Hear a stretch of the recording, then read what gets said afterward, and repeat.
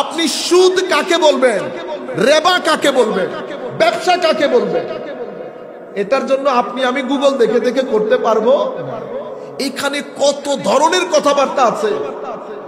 ও ভাই, আপনি ব্যবসা করেন না, আপনার ব্যবসার মধ্যে ট্যাক্স এসেছে 50 লাখ টাকা, আপনি ইনকাম ট্যাক্সের অফিসারের কাছে গেছেন। যদি গুগল দেখে দেখে সবকিছু করে ফেলতেন, তো আপনি ইনকাম ট্যাক্স অফিসারের কাছে কেন গেছেন? ঘরের মধ্যে বসে আপনি নিজের ফাইল নিজে তৈরি করতে পারেন নাই। যার কাছে গেছে 2 দিন সময় নিয়ে আপনার কাছ থেকে 1 লাখ টাকা নিয়ে 50 লাখ টাকাকে 3 লাখ টাকা বানাই দিচ্ছে। কেন? কারণ ইনকাম ট্যাক্সের যে ল, যে আইন এবং আইনের অ্যাপ্লিকেশন, আইন এবং আইনের সমঝ, বই আমি আপনার হাতে দিয়ে দিলে হবে না। বইয়ের সমঝ, আইনের অ্যাপ্লিকেশন, আইনকে মনে রাখা, ব্যবহারিক ভাবে জানা, এটা আমিও জানি না, আপনিও জানেন, এটা উনি জানেন, এটা উনি জানেন। উনি যখন গ্রাউন্ড লিখেছে, আপনি 1 পৃষ্ঠা পড়ার পরে আপনার ব্রেইন ধরে গেছে, আপনি আর পড়তেছেন না ভয়ে। কেন?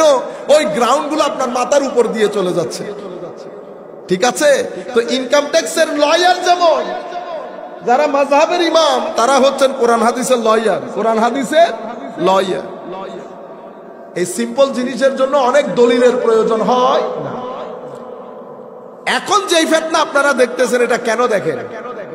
এটার পিছনের কারণ হচ্ছে, আপনি দেখবেন বাংলার জমিনে এত বড় বড় আলেম, আপনারা আবেদ শাহ মুজাদ্দিদি রহমতুল্লাহ আলাইহির নাম শুনেছেন? আচ্ছা, বড় আলেম না? ডক্টর আহমদ পেয়ারা বাগদাদি রহমতুল্লাহি আলাইহি, হুজুররা অনেক বড় মাপের আলেম না? ঠিক আছে, বাংলাদেশের মধ্যে কোন বড় আলেম কখনো বলছে মাযহাব নাই? কেন? কারণ পাগল বাদে এই কথা কেউ বলবে না। পাগল বাদে কেউ বলবে না যে ইনকাম ট্যাক্স অফিসারের কাছে যাইতে হবে, এটা আমি করে ফেলবো। এটা কেন হচ্ছে? কারণ আমাদেরকে শাসন করেছে সাদারা দীর্ঘদিন। সাদারা এখান থেকে চলে যাওয়ার পর তারা বড় টাকা পয়সা দিয়ে প্রতিষ্ঠান বানিয়েছে তাদের দেশে। সেখানে অনেক জ্ঞানী গুণী ব্যক্তিকে তারা চাকরি দিয়েছে। এই চাকরি দিয়ে পুরা ডিপার্টমেন্টার অফিসের নাম দেওয়া হয়েছে ওরিয়েন্টালিজম। কি নাম দেওয়া হয়েছে? ওরিয়েন্টালিজম। এটার নাম কি? Oriental study.